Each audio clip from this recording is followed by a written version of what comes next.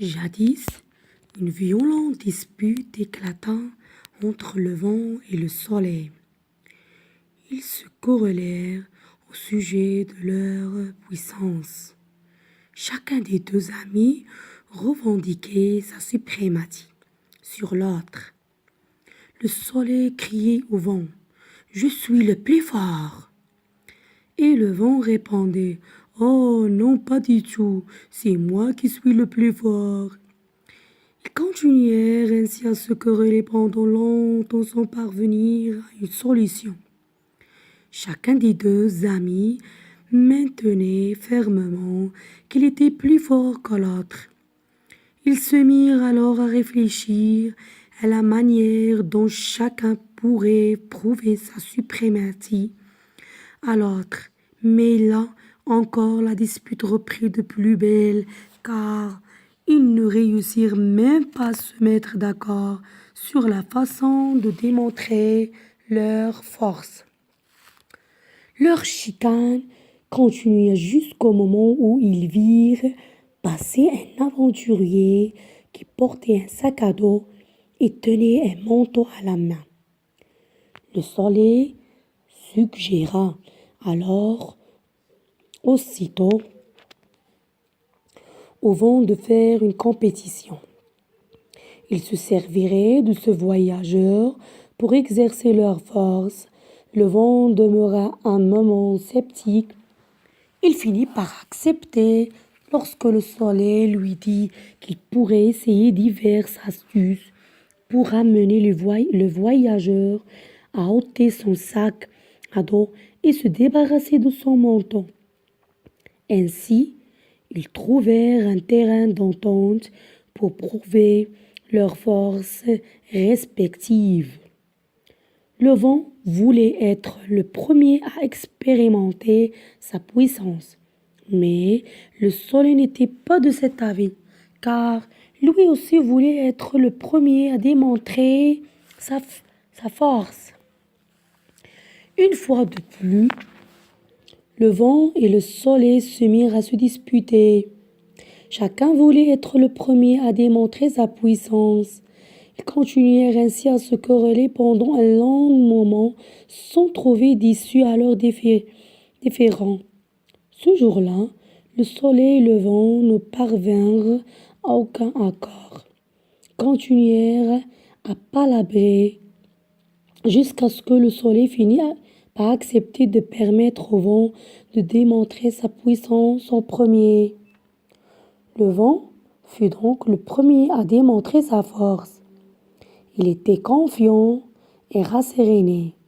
Il était convaincu qu'avec un simple souffle, il réussirait à gagner le pari.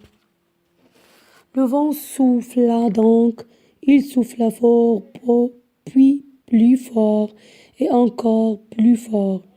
Il dirigeait toute la force de son souffle vers le voyageur dans l'espoir de lui arracher son manteau de la main. Mais tous les efforts du vent furent vains, car le voyageur s'arma de patience et serra vigoureusement son manteau contre lui pour l'empêcher de s'envoler. Au bout de force, le vent finit par admettre qu'il avait échoué tous ses espoirs de prouver sa suprématie. S'était brisé. Il en éprouva de la honte. Le soleil profita de l'occasion pour se moquer de lui longtemps et le traiter de faible. Lorsque le vent cessa enfin de souffler et revint à son état normal, le voyageur se sentit soulagé. Il reprit tranquillement son chemin. Le soleil demanda alors au vent de lui permettre à son tour de démontrer sa force. Le vent accepta aussitôt la requête du soleil. Curieux, le vent observait le soleil attentivement. Il était impatient de savoir à quelle activité étrange le soleil allait se livrer pour démontrer sa force. Le soleil se mit aussitôt à briller. Il ne fait rien d'exceptionnel, excepté de diffuser sa chaleur.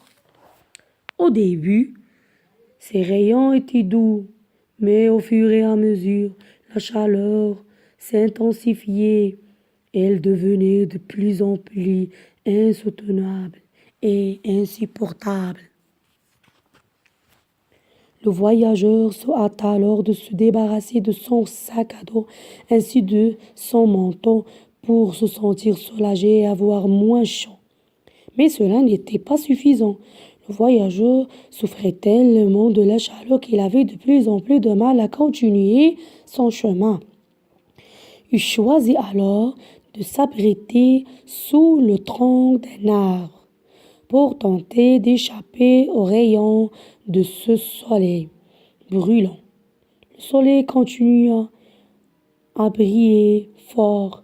La chaleur étouffait et irritait le voyageur qui finit par maudire ce soleil qui l'avait obligé à ôter ses vêtements et à suspendre son voyage. Le vent fut surpris de constater que grâce à la seule force de ses rayons, le soleil avait aisément réussi à remporter le pari et à gagner la compétition. Le soleil déclara: Tu vois bien que je suis plus fort que toi. Je l'ai dit, mais tu n'as pas voulu me croire. Maintenant que je t'ai démontré ma suprématie, j'espère bien que tu ne vas plus jamais en douter. À la fin, le vent finit par admettre sa défaite et reconnaître la suprématie du soleil.